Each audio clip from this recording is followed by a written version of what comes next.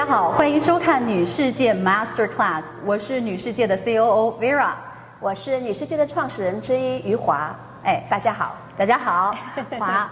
首先呢，我想聊一下咱们这个 Master Class 的定义哈。我在 Wikipedia 上稍微查了一下，是什么的意思？A Master Class is a class given to a student of a particular discipline by an expert of that discipline, usually music or drama or painting, or any type of art or any type of occasion, of where they develop that skill.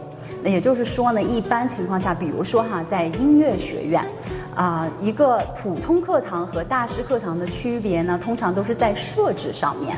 也就是说呢，在大师课堂里面呢，很多学生都是要求被坐下来，他们要安静的观摩。那这个大师呢，会挑出来一位学生，这位学生呢，大师会给他一个曲目，那这个学生呢，他就要拿着这个曲目，他就要开始准备。大师呢，会跟着这个学生一起准备，并且告诉他怎么去理解和诠释这个曲目，怎么去规避一些常规的错误。学生会被要求反复的演绎这个曲目，那大师在他反复演绎的时候呢，也会不断的指导他，那最终要达到接近于完美的演绎的这样的一个效果哈。对。那我非常的好奇，咱们女世界设置 Master Class 这个节目，我们的初衷是什么？而且我们想通过 Master Class 这么一个非常特殊的形式，为我们的会员们达到一个什么样的服务呢？Vera， 首先非常感谢你去了 Wikipedia 去查了这个什么是 Master Class。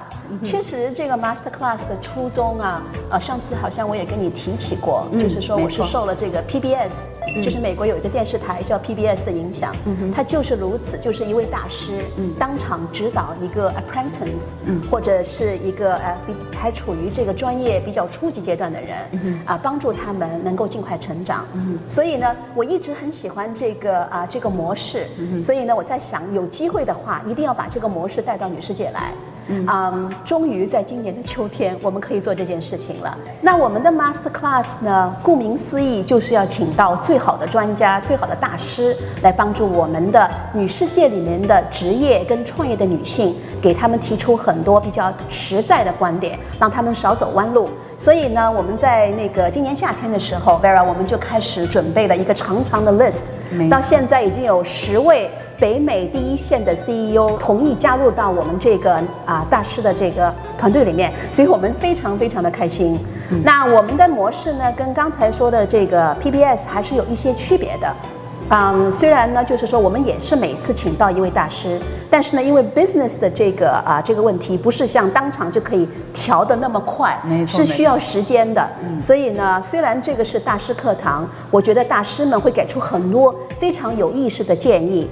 但是回去还是要我们的这些创业女性职业女性她们得回去自己好好的再次的思考，然后继续进行磨练，对吧？对，没错，要不断的实践，对，调试，对，然后再回到我们的课堂上来，对，但是呢，我觉得这个课是在那个北美地区，我觉得是一个比较先进的，就是不管是华人社区，还是主流社区，就这样的模式，在商业课堂里面特别是面向这个大众的，还是比较少的。我们在学校里面经常看到，是的，但是在那个现实的这个目前的这样的一种环境里面，我们基本上看不到，对，所以我们很骄傲有这样的一个课。对，我们女世界呢也是这样，针对我们不同的会员我们会提供不同的服务。那我们也是非常希望我们更多的非常渴望学习、渴望成功和进步的小伙伴们能够加入到我们女世界这个大家庭里面，大家彼此成就，共同成长。那么今天呢，我们 Master Class 要请来我们的第一位非常特别的嘉宾。为什么说特别呢？因为这位嘉宾他和我们的华同事了15年之久其实还超过15年，超过了15年之久。所以说呢，我要把这个荣幸交给华来介绍一下我们今天的第一位嘉宾，他是一个什么样的来历？好的，我们今天第一位嘉宾是北美的一位市场营销的 legend，就传奇人物，他是。他的名字叫 David Kincaid。如果在女世界的多伦多群里面，经常有看到我在群里面分享 David Kincaid， 就是他。他是我的老板，我的朋友，我的 mentor。它其实对我的职业生涯有着非常非常重要的影响。我跟 David 不是15年了？差不多在19年前。哇！他那个时候是在 Labatt， 就是那个啤酒公司里面做那个 CMO。Labatt 上面有几百个不同的品种，他一个人管理了几百个不同的啤酒的这个品牌。所以当初我是远远看着他，我觉得他哇，这个人真的厉害，但是从来没想到后来我们会有这么亲密的关系。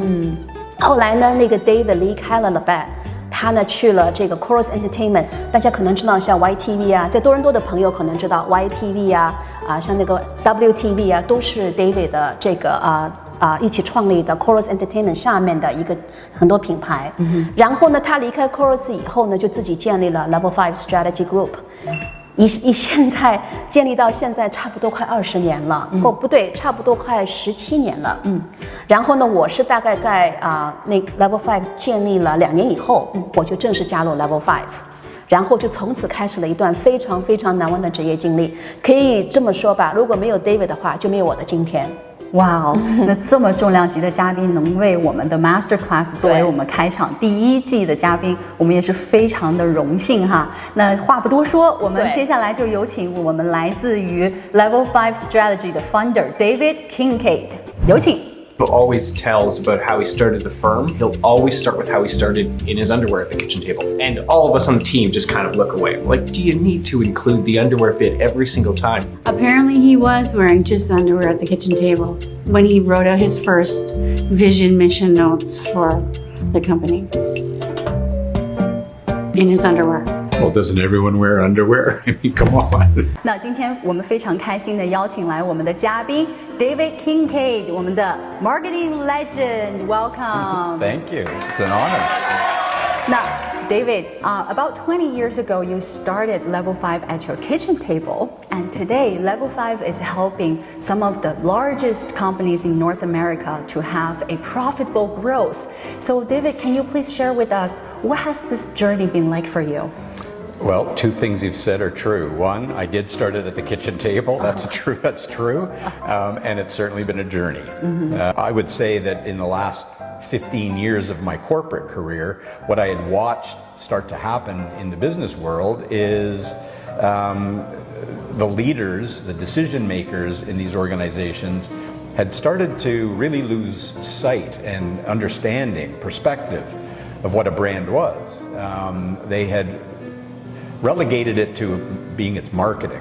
It's a much bigger management responsibility than simply managing its marketing.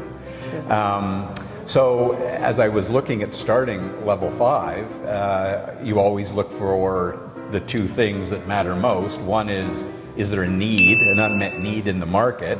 And do you have the skill sets and capability to create value for your clients? And in both cases, I had managed some of the largest brands in the world, certainly in North America. And I saw business leaders lose touch with this definition of what a brand was.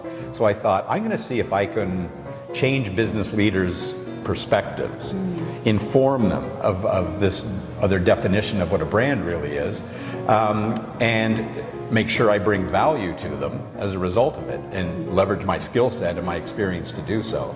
So it was a great training capability that allowed me to start up the company. But 20 years, Level 5 has been in the business now, and it started as just a sole proprietor. We've now got over 30 teammates, family members we call them, and we're managing and succeeding against some of the largest titans in the consulting world, the McKinseys of the world, Deloitte, Accentures, and Level 5 is hanging in there and doing very, very well. So I'm proud of that. Amazing work you've been doing. In WeWorkingWomen, we have Miss CEO Club. And for most of them, it's their first 5 or 10 years of being an entrepreneur. Right. And from our conversations over the past 1 or 2 years, I realized that it's been very challenging for them because, you know, they are always standing at a cross. They don't know which way to go, or they constantly doubt if this is the right decision to even start this business or Yes. making this decision Yes. to start this journey. So I would love to let you share with them your most learnings for the past 20 years being an entrepreneur. Well, I would, first of all, make sure you've defined the need in the market that your capabilities or your passion can be channeled towards. I think where a lot of entrepreneurs fail, regardless of whether they're producing a product or providing a service, is they just feel that because they've got experience or they have an idea that they can produce, that if they produce it, the world will beat a path to their door. Like, why wouldn't you want my product? It's wonderful. You're very attached to it because you've created it. And it takes some professional maturity, to step back and really objectively look at the marketplace and ask yourself some tough questions. What business am I really in? Meaning, what benefit, not what am I making or providing or what the market will buy, but what's the benefit as a result of having them bought that? And then making sure that you've answered that question properly. And sometimes people use their opinions, or they'll show their idea to some friends or family who of course are going to be supportive. Right. They're friends and family. Exactly. Take the extra time and the due diligence to go out to the market and really objectively test for a market's understanding, need, and acceptance of your idea before you spend all the time and money launching the business. Because that's where most entrepreneurs fail, is they just think because I can make it, it'll be successful. It takes a lot of extra time and effort. It might slow down your launch to really make sure that the market wants what it is you're going to provide. And I think aside from that, making sure that you know and manage your own expectations about the level of effort, the hard work, the toil, the passion required to stay at it, because like everything, you're going to have highs and you're going to have lows. And when you've started something by yourself, you have to see yourself through those highs and lows. And that really does take a lot of emotional equity, not just financial funding. Right. You can actually get funding in a range of places. Right. It's whether you've got what it takes inside. So make sure that the market wants what you have, and then make sure you know that this is not going to be an easy journey and you're up for it. Yeah. One thing that I learned from your conversation is the profession maturity. That's very valuable. Yes. Because most of us, when we start a business, we only have passion. That's all we have. That's what wakes us up every morning, Yes. is the passion. But what can push us for 20 years is that maturity to push our product and service to last that long in this market. And we know that in Level 5 strategy, we believe that a brand is a business system. Right. Could you share with us why building up a strong brand is so fundamental in a business? Well, it's a great question, and I think it's foundational to any company, Right. Especially for entrepreneurs. Exactly. A brand is, as I say, an asset. And I use the line in the market over the last few years, it's probably the most misunderstood and under-leveraged asset that's on your balance sheet. And most CEOs, when I go to speak to them about their brand, think I'm coming to speak to them about their marketing.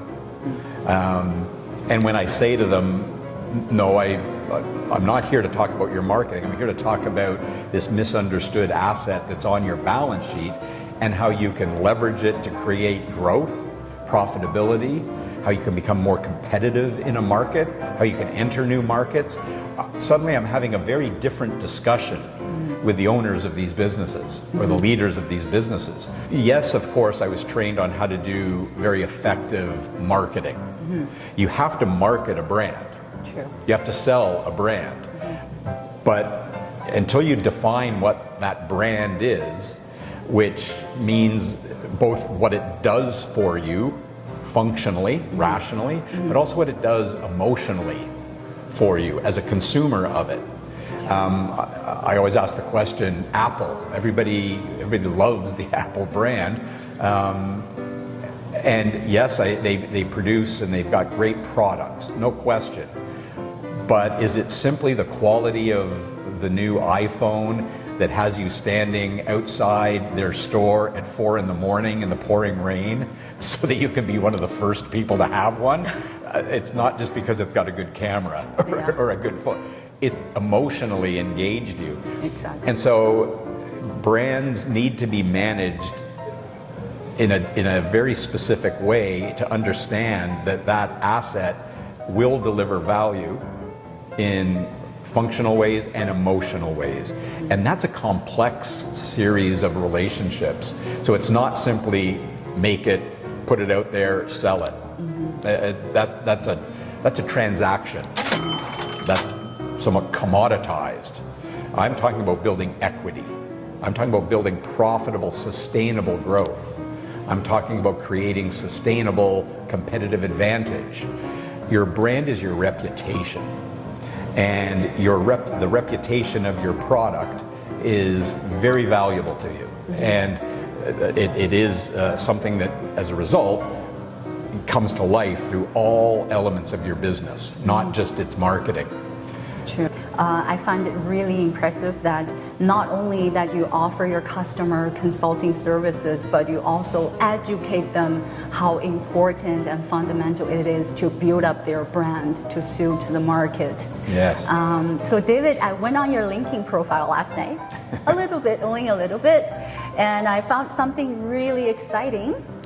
And I can't wait to share with our audience and readers is that your new book is coming out. Yes. Yes. Tell us about your new book. Well, thank you. I'm glad you found that. And please, I hope everybody buys one and enjoys it. Yes, it's the second book that I've written. Yes. And where the first book was me introducing my definition of what a brand was. And the simple line I use as the definition is the value of a promise consistently kept. Any great brand creates value because it's got a unique promise, and then they build the business system to keep that promise. So there's my definition of a brand. This book is more around, so with that being said, how do you lead and manage an organization around delivering all of those things? And as we were just talking about, when I started the company, one of the reasons was many business leaders had lost touch with this definition of what a brand was. Well, if they don't know what a brand was, it's hard to set up their organization to manage it. So it's almost been in steps. First, the education as to what it is. This book is about how do you structure the organization and lead the organization in such a way that it creates brand equity. It doesn't just become a manufacturer of things. And I introduce a new concept in the book called the new 4 Ps. Yes. I think most people who've been to business school or have read business books have heard about the 4 Ps of marketing: price, promotion, packaging.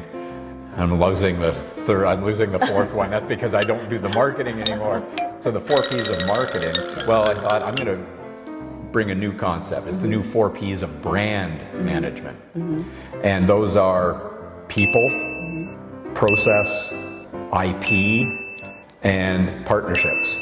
And those 4 have to be, it's all about how you structure the company, the kind of people that you hire, the kind of culture you want to create. Really becoming world-class at the 3 or 4 key processes you need to consistently keep your brand's promise in the market. The partners that you bring in to help you deliver on that. And then in today's digital world, what's the IP that you're creating that continues to create value for your brand?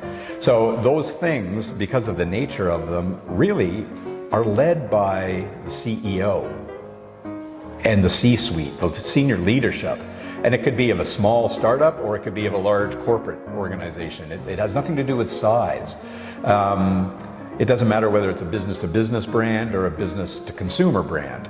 All of these principles make sense. So the new 4 Ps give a CEO the opportunity to develop a roadmap, a skill set, and to test their current organization against those skills to say how good are we at these things or where might we need to improve. And therefore, the name of the book is The Brand-Driven CEO. So it really is targeting entrepreneur owners, senior leaders of these organizations to say, it's your job to manage the brand. It's not your marketing department's. And here's what that means and here's how to do it. So it's a very different kind of book. Well, we can't wait to read your book. Thank you. For sure. Thank you so much for your valuable advice and insight. And today in our master class, of course, we invite one of our CEO members, Yes. and they bring us their business and of course their challenge.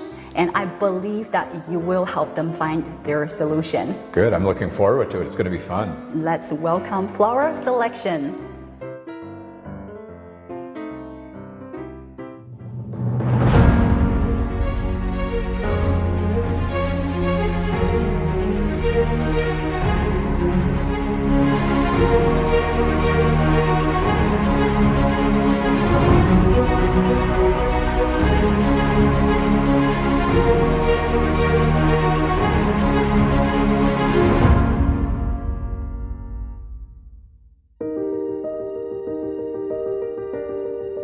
Hello, 大家好. Welcome back to the master class. We have our master here. Hi, Dave. How are you? Hello. Can you Thank you. introduce a little bit about yourself? Sure. So I'm honored to be here. So thank you for everybody tuning in and listening. Yeah, so I've been in the marketing industry for over 40 years. I've made a life out of it and spent a number of years in the corporate world and then started up my own organization that WA has been a huge Yes, part of very fortunate. helping create called Level 5 Strategy. And we work with companies to assist them, much like we're talking about today, in terms of how they can ensure that they've got a very strong, healthy brand, not just the ability to package and sell something. And I think we can add some good value to that, so I'm looking forward to it. Yeah, thank you, Dave. Rose? Hello， 大家好，我是 Fleur Select 的 Rose。然后今天我们很荣幸能够参加女世界的第1期 Master Class。然后我们的另一位创始人 Flora 在 Zoom 线上，然后接下来有请她来介绍一下自己。Hello, Flora. Hello， 大家好。那我是 Fleur Wedding 和 Fleur Select 的创始人 Flora， 同时也是策划师和设计师。也是非常谢谢华姐和 David 给我们这次机会，让我们来学习。Well, thank you very much, Flora. I belong to you. I belong to you. Fleur Select is an online shopping platform targeting North American couples planning their special day. The parent company, Fleur Team, is a team of top-notch wedding planners and designers with more than 8 years of industry experience. Quality control and customer service are amongst our highest priorities at Fleur Select. We have a vast yet curated selection to meet your expectations and requirements. We carry styles that range from minimalism to complete extravagance, including bridal and groom accessory collections to day-of wedding items. You will find everything you need here in order to create and capture the most fabulous day of your life as the bride and groom. So we just saw the video. So Fleur Wedding is launching a new brand, right? Congratulations, guys. So the first question is really to Rose and Flora. Where is this idea coming from? What is your inspiration? Why are you doing this? So We have been doing wedding planning and designing for more than 8 years. And then throughout the 8 years, we always have bride and groom asking us, where can we buy our wedding accessories? Like not those traditional ones. We want some fancier ones. Even better, like is there any one-stop shop that has earrings, necklace, bow ties, pocket square, ribbons, wax seal, wall card, everything that I need for my wedding? So then we start realizing, wait a sec, there seems like a missing market for the North American bride and groom that like they need a very good quality, affordable price products, but they cannot find it in North American market. So then we start thinking, why not we use our eyes and our taste? We carefully select the most trendy and excellent quality wedding accessories and bring it to the North American market. So that's where we get this inspiration from. Yeah, great. We actually just talked about when we set up the studio here. This is actually a very interesting time to launch a brand. Because your wedding business, because of the pandemic, has been impacted a lot. So what do you think when you launch a new brand, which is associating with your other brand? What is the biggest challenge and opportunities for you? Well, speaking of opportunity, we think we understand the trend. For example, what the bride really looking for. And then we know how to do very good quality control because we know North American standard. When we're selecting items, we're picking 1 out of 10. That's why we call it Fleur Select. We want to select the best premium quality items for the local market. And also because we're located in North America, so we can monitor, the shipping. We understand the environment. For example, now is a pandemic. We'll tell them, the shipping may take longer, right? We speak English. We can answer their questions in, North American time zone. Mm-hmm. And also, we want to offer the best price, meaning everything we brought in, that's directly from factory. Mm-hmm. So we want to pick the best quality with a reasonable price and then bring it to the local market. So we think that's our opportunities. Mm-hmm. And speaking of the challenge, we find there's still a lot of uncertainties compared to the business we have been doing for 8 years we're very familiar with. So the new challenge is, for example, before we're providing face-to-face exceptional services to our high net worth clientele. And now we're selling products online. There's no direct communications anymore. Things like before we're focusing more on a niche Asian market, but now we're targeting more like a larger North American market. So what's the differences? And then before, we're very proud of our services. So we pretty much do everything the brand and groom ask us for. But now we're bringing things online. We're selling products. Do we still need to keep that service standard to everybody? So all these are the challenges we're thinking. And more importantly is we already have a 8 years solid a brand for wedding planning. We have more than 20,000 followers on the Instagram, and we have a very nice wedding photos. But how we can leverage that resources to Fleur Select, so make the local bride understand what we're doing. They're not get confused, but on the other hand, they understand why the wedding and then the Fleur Select and Fleur Weddings are separate, but they also somehow united. And so these are the challenges. That's the questions we have been thinking, over the months. Flora, thank you so much. So the first question is to Dave. What do you think of this idea? Is this a good idea? I think it's a very good idea, because anytime you're able to take the core equity of the brand, said another way, your reputation, and leverage it to increase new products, services that creates new incremental revenue streams, it's a wonderful opportunity.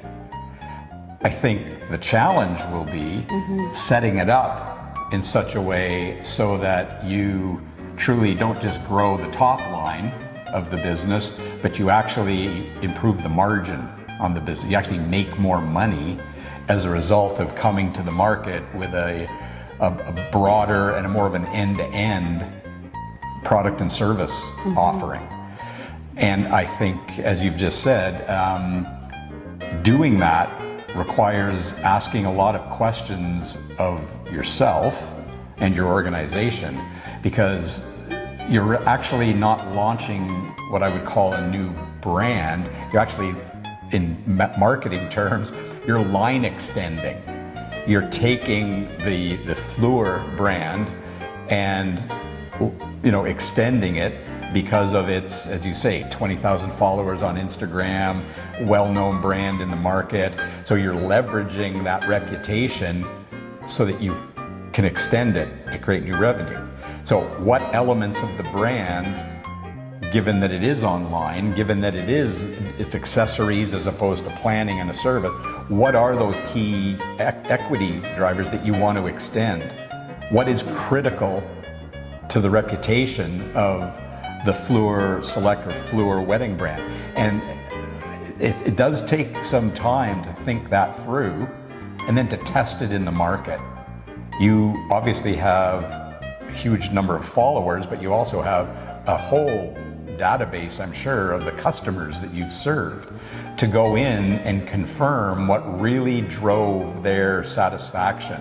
What was it about the engagement that did it for them, that left the brand in a very positive state for you?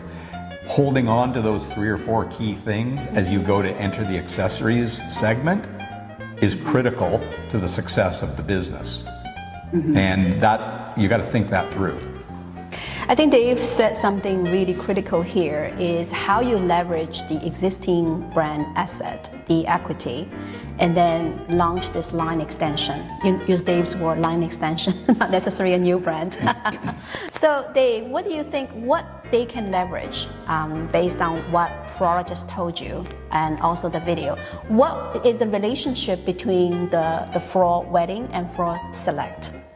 Well, I think to start with, you are bringing products and services to a very specific and special event in people's lives. You know, you don't go out and get married every day.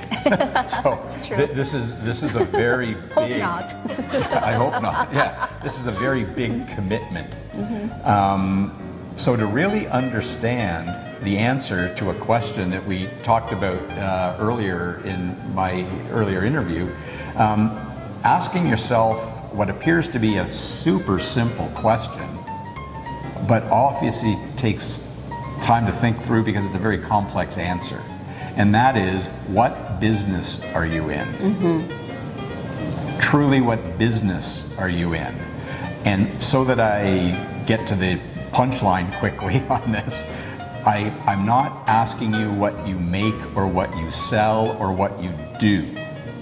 That's not what I'm asking. I'm asking what business. Businesses survive only when they create value. I've never seen a business survive that doesn't create value, whether that be for the owner, the shareholders, their employees, their customers, whoever. And what truly drives value in a business isn't the product, it's the benefits of the product. So you've done a whole bunch of weddings. What was the benefit of your approach and your service to the customer as a result of your service? And you said something quite interesting.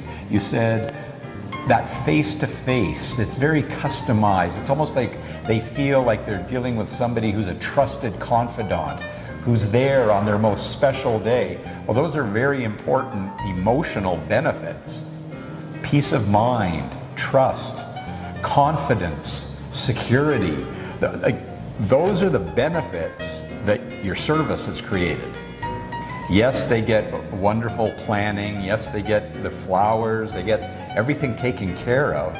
But the real benefit to many of, if you tested this with your past consumers, your customers, is probably that how you made them feel as opposed to what you actually did. Understanding what those key elements are, those key benefits, and let's assume for a minute that one of them is what you said earlier. The reason they trust you, the reason they're confident and have peace of mind is because you provide almost a white glove level of service. The way you engage with them, and you become part of their day, right? Well, as you go to line extend the brand, if that is one of the key elements of your product and service offering that drives those benefits, you have to figure out how you extend that online to the accessories. The accessories are needed, but they're simply more touch points, engagement points to make their special day better, easier, more convenient, but ultimately more memorable. So whatever you're doing on the wedding side, you need to apply on the services side, or the accessories side. So Dave just asked a very interesting question.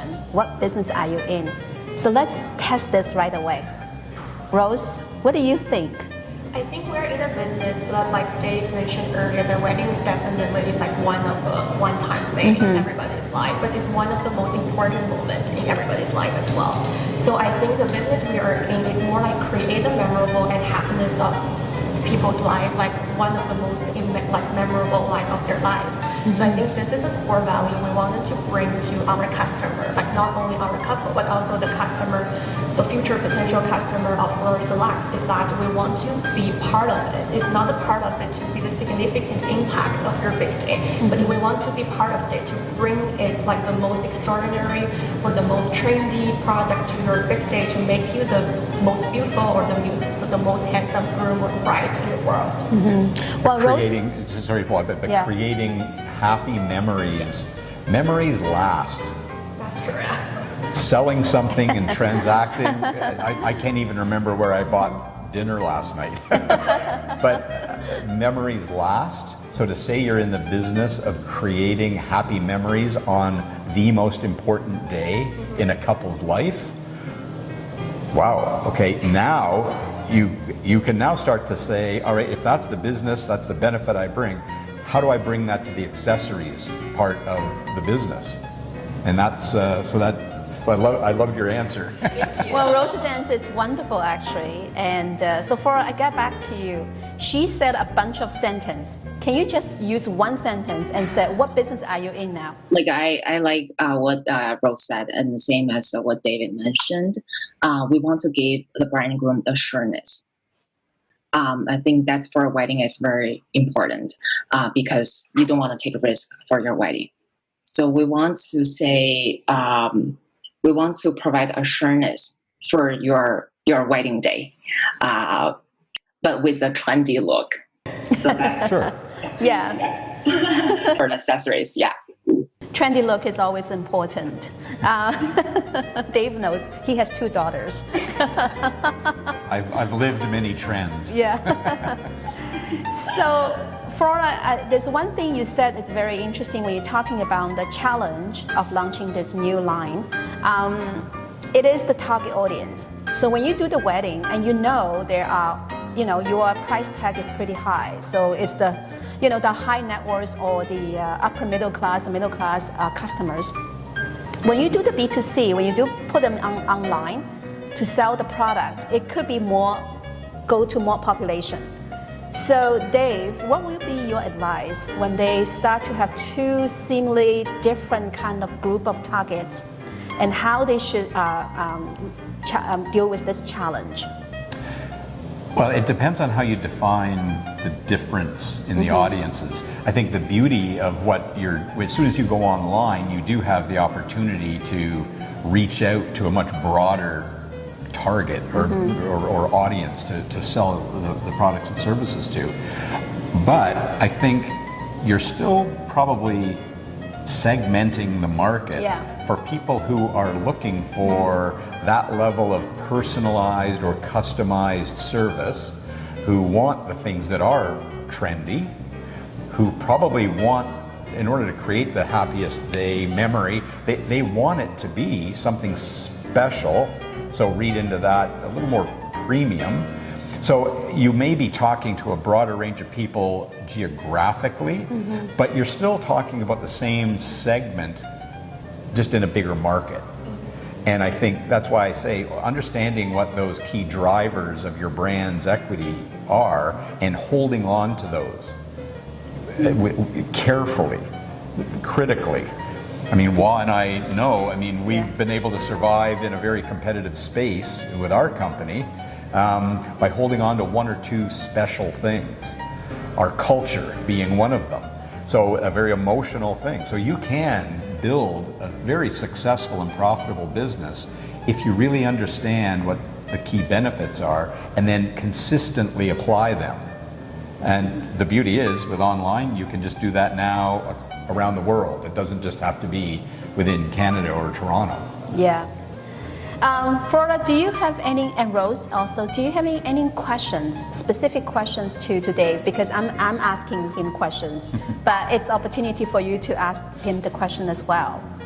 Very practical questions regarding to, so we have 20,000 followers on the Instagram. So what's the best way to connect, from Fleur Wedding's Instagram to Fleur Select Instagram? Is there any very, fancy way, any interesting way versus like what we can think, just post on Fleur Weddings and just add Fleur Select?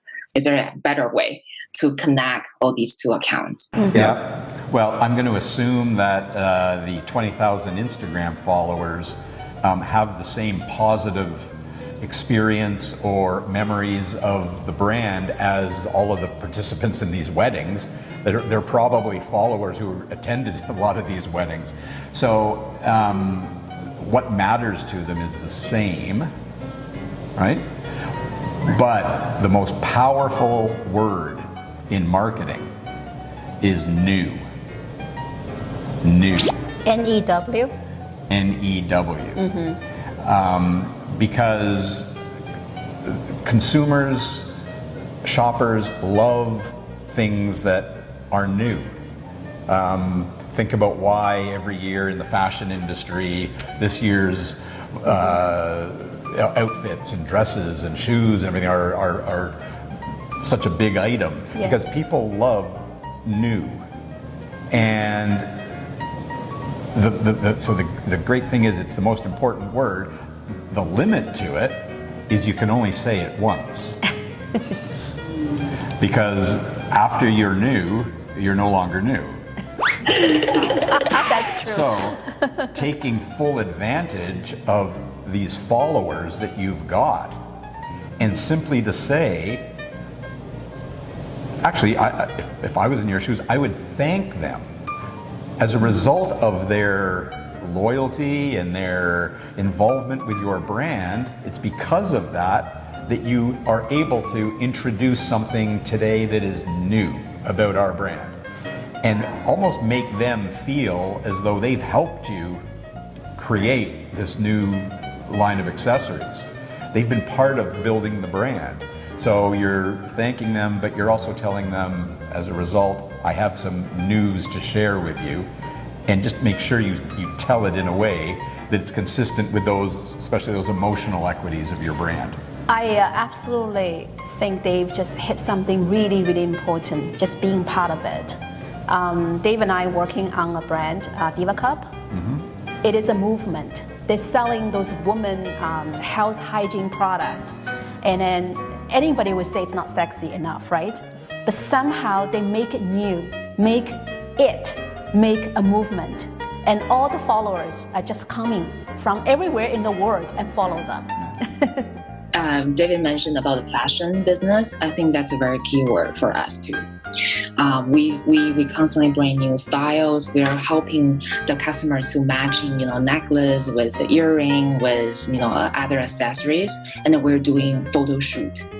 Which is to introduce, you can be a brand like this, you can be someone completely different, like minimalism, Like we're not simple things, not extravagant, not as traditionally, not as people pictured when they're talking about the bride. So this is what we're trying to bring to. And we have those solid resources. We know how to create a photo shoot. To other people, it can be very complicated, but for us, that's just as like a wedding day that we have to do 60 to 80 times a year. Rose, do you have any question? Yes, I do. So I think, like as we mentioned before, so Fleur Select and the Fleur Weddings are kind of connected, but there's still some difference. Like Fleur's Weddings is more like a service-oriented, like service-driven. Yes. Because we're face to the couple, so it's more likely we're very easy to build the confidence between each of us, and which makes the entire planning process to be a little bit like to have the trust in it. But for the Fleur Select, it's more like a product driven because we don't have the opportunity to facing the customer. It's more like the afterward like customer service, like if we ask them to if you do like this project, but before they make the buying decision, which the problem like the one of the most important decision for them and also for us is like they can only take the benefit from looking at our pictures, although we did some like photo shooting for the pictures. But is there any specific way that we can kind of like, because it's our first time to doing the e-commerce or like marketing online, but is there any way we can just kind of like helping the customer in kind of way to improve their online shopping experience, as well as like how they can be more like get more interested in our product just with being seeing the pictures itself. And I think, you're asking a good question, Rose, but I would still say the brand is both the product and the new service. So we've said we want to be able to say the products are now new. We're bringing you something we haven't before, but if the core drivers of that brand's reputation are some degree of service, some customized, some personalized level of service, just because you're launching them as products doesn't mean online you couldn't ask them to answer 3 or 4 questions that say, as a result of your answer to these questions, these are the types of accessories that you might want to consider. So you're soft selling them, That's really good. but you're doing it in a way that's very consistent with what your brand is known for. Now, because you're not actually going to be doing the wedding planning for all of them, so how can you ask them questions about what they're trying to do with their wedding so that you can send them to the right areas on the site to sell the right types of accessories? Wow. Yeah, this is why we need an expert. Yeah, this is like open up our mind, definitely. Like before, we're always thinking, oh, online shopping is just you put the products online. But now I kind of understand we need the services too.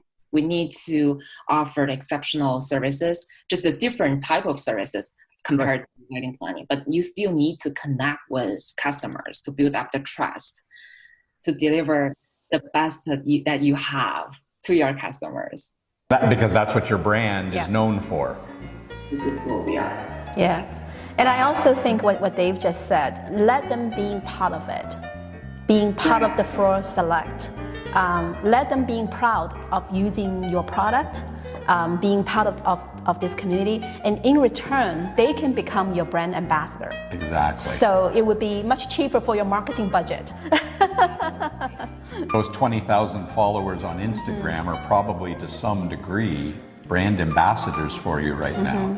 They're out spreading the word, right?